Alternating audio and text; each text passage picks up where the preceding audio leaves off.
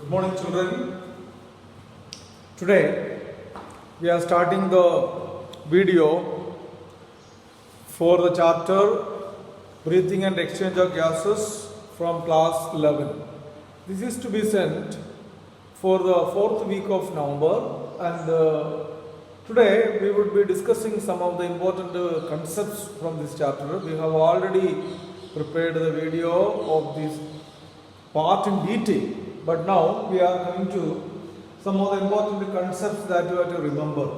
You know, the percentage of respiratory gases means carbon dioxide and oxygen that is present in the atmospheric air, in the air inside the alveoli, and air inside the blood and the tissues are different. For example, in the atmosphere, the respiratory gases, it is said in millimeter mercury, okay? Millimeter mercury, okay? So respiratory gases in the atmospheric air is 159 millimeter mercury. 159 millimeter mercury, okay? And when it comes to the alveoli, when we inhale or inspire the atmospheric air, when the air comes to the alveoli, it is reduced to 104 millimeter mercury. Alright? Keep in mind that idea. When that oxygen enters the blood through the walls of the alveoli, then inside the blood, the deoxygenated blood, I am telling about the oxygenated blood now here is 95 millimeter mercury. 95 millimeter mercury. See, this is connected to this. You have to understand. Alveoli, from alveoli to the blood. Okay? Oxygenated blood containing oxygen after diffusing from the alveoli into the blood. The blood contains oxygen amount is 95 millimeter mercury. And when it comes to the tissues, it is again reduced to 40. How much reduced? So we can understand the atmospheric air contains 159 millimeter mercury. When it comes to the alveoli after inhalation, it will be reduced to 104, and that 104 when it comes to the blood, when from the alveoli the oxygen diffuses into the blood. The blood contains how much? 95 millimeter mercury. Okay. Then it comes to the tissues. From the blood it diffuses into the tissues. Okay, that will be reduced to 40 millimeter mercury.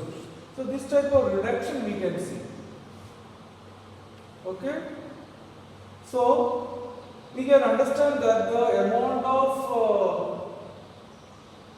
in the deoxygenated blood, the oxygen level is equivalent to the amount of oxygen present in the coming to the tissues. So this will be same. You have to understand that. The deoxygenated blood contains how much amount of oxygen? That much amount of oxygen is coming to the tissues ultimately. That much reduction takes place. So of this 159 millimeter mercury, less than 30% of that, less than 30% of the oxygen comes ultimately to the tissues. You have to understand that. Less than 30%. 159 is the oxygen present in the atmospheric air, and finally it comes to the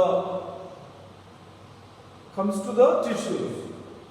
After 2 times gaseous exchange between the alveoli and the blood, and here blood and the tissues, the oxygen entry after the exchange of oxygen in 2 places, where alveoli and the blood, okay, and here blood and the tissues. the amount of oxygen dissolved, amount of oxygen available in the tissues finally reduced to 40 millimeter mercury, that much less than 30%. Okay, you have to keep in mind. Now, the respiratory gas containing carbon dioxide, that is in the percentage, 0.3 percentage. Okay, 0.3%. You can imagine how much millimeter mercury pressure is there in the atmosphere. Okay, now when it comes to the alveoli, their partial pressure, I mean millimeter mercury, 40 millimeter mercury, carbon dioxide will come to the after. You have to remember that it is regarding the onward movement of the gases from the atmosphere to the alveoli, alveoli to the blood, and blood to the tissues, not the reverse. Okay. So here also respiratory gases, carbon dioxide in the atmosphere is 0.3%, and when it comes to the alveoli, it will be 40 millimeter mercury. When it is coming out, okay, when in the from the alveoli, when it comes to the blood, it is again the same amount, 40%. And when it comes to the tissues, the amount of atmospheric amount of carbon dioxide will be 45 millimeter mercury. So we have to understand in the tissues, total amount of carbon dioxide formed even after the respiration. After the oxidation of the food is 45 millimeter mercury. So you have to analyze this, and this is only approximately. It is not given in the text approximately, it is almost permanent value of oxygen and carbon dioxide dissolved in the atmosphere, in the various sections, various parts of our body. Okay, so this is almost fixed calculation. Now we are coming to the next question. What are the three major layers? We have already explained in the previous videos, and it will be circulated along with this. So don't worry about it. Okay. And what are the three major layers of diffusing membrane of alveoli? The oxygen which air enters into the nostril, from the nostril to the nasopharynx, nasopharynx to the trachea, tracheole and bronchioles, and finally into alveoli of the lungs. When in the alveoli in the lungs, the oxygen in the air inside the alveoli will be diffused into the blood inside the capillary surrounding the alveoli. The diagram and everything I have explained in the module. You have to answer this question now. Okay, what are the three membranes that surrounding the alveolar layers? So what are the three layers surrounding the alveolar membrane? Alveolus has three layers. Even though it is a single layer, it has three small layers.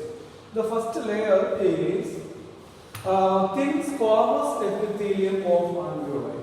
Alveoli has a thin squamous epithelium. That is only considered as the single layer of alveoli. Single squamous epithelium. Single layer of thin squamous epithelium of alveoli. This is only layer. And now we can see the endothelium of alveolar capillaries. Surrounding this alveoli are capillaries. The capillaries also has the wall. That wall is called the endothelium of alveolar capillaries. Endothelium. Endothelium of alveolar capillaries. You have to remember this. Alveolar capillaries. So alveolar capillaries have a membrane called endothelium. You have to remember this. Now, the third membrane is you can see in between this squamous epithelium and endothelium. Squamous and endothelium. We can see a fluid, a space filled with fluid. That the base substance, we call it the base substance between these two membranes. Basic substances. It is a fluid substance. Seen in between the epithelium of the alveoli and the endothelium of alveolar capillaries. Capillaries surrounding the alveoli. So these are the three membranes. Through these three membranes, the oxygen has to diffuse. Okay. So diffusion takes place through these three membranes. What are they? Thin squamous epithelium of alveoli. Then second, the endothelium of alveolar capillaries, and also the basic substance or basement substance between these two membranes. That is a squamous epithelium and the endothelium. Okay, you got this point? Now, the last question: what do you mean by oxygen dissociation curve? Yes. This oxygen dissociation curve indicating the amount of oxygen carried by the hemoglobin against the partial pressure of oxygen present in the blood or in the alveoli. Actually, the oxygen filling in the alveoli has to diffuse into the blood, so inside the capillaries surrounding the alveoli. You got it? So the first gaseous exchange of oxygen takes place from the alveolus to the blood of the capillaries surrounding the alveoli.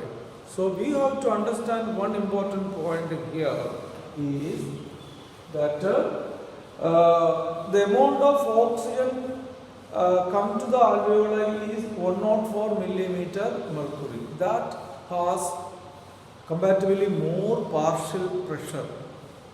Partial pressure of oxygen inside the alveoli is 104 millimeter mercury.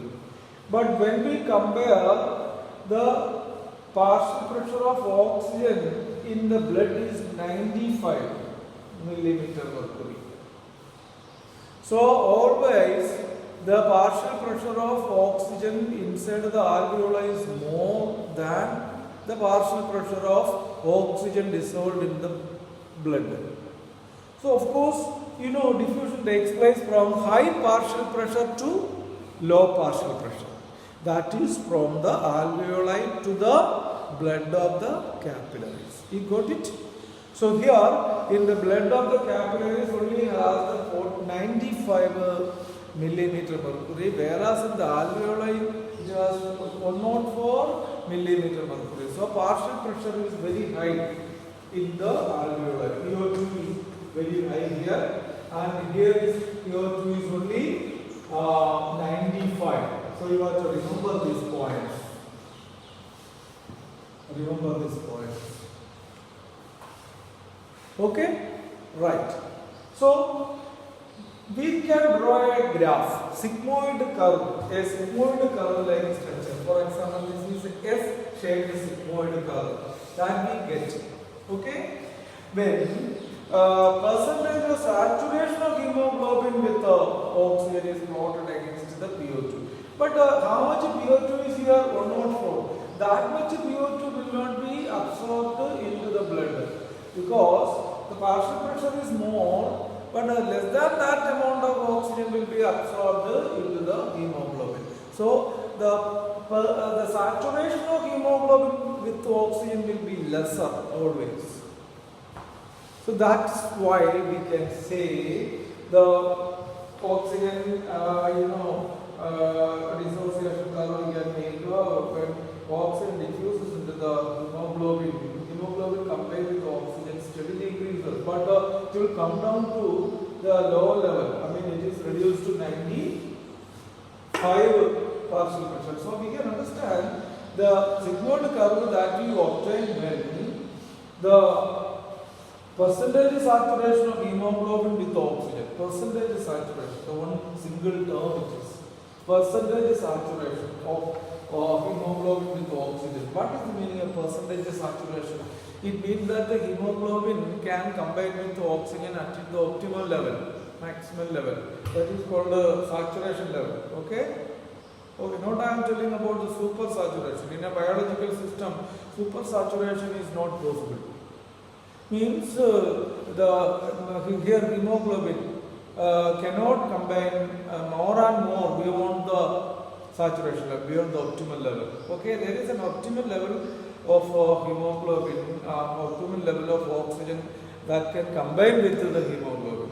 Okay, in a normal and unforced and a normal condition in the living system. But if we apply more pressure, more temperature and other factors, then the saturation of hemoglobin with oxygen, that percentage of saturation of hemoglobin with oxygen will be increased. But here in a normal living system, in normal conditions, the percentage of saturation of hemoglobin with oxygen will be optimum, and that will be normal, and you will get an sigmoid curve. But PO2 will be greater always. Always PO2 will be greater in the alveoli. Okay, so you got this idea? You have to remember.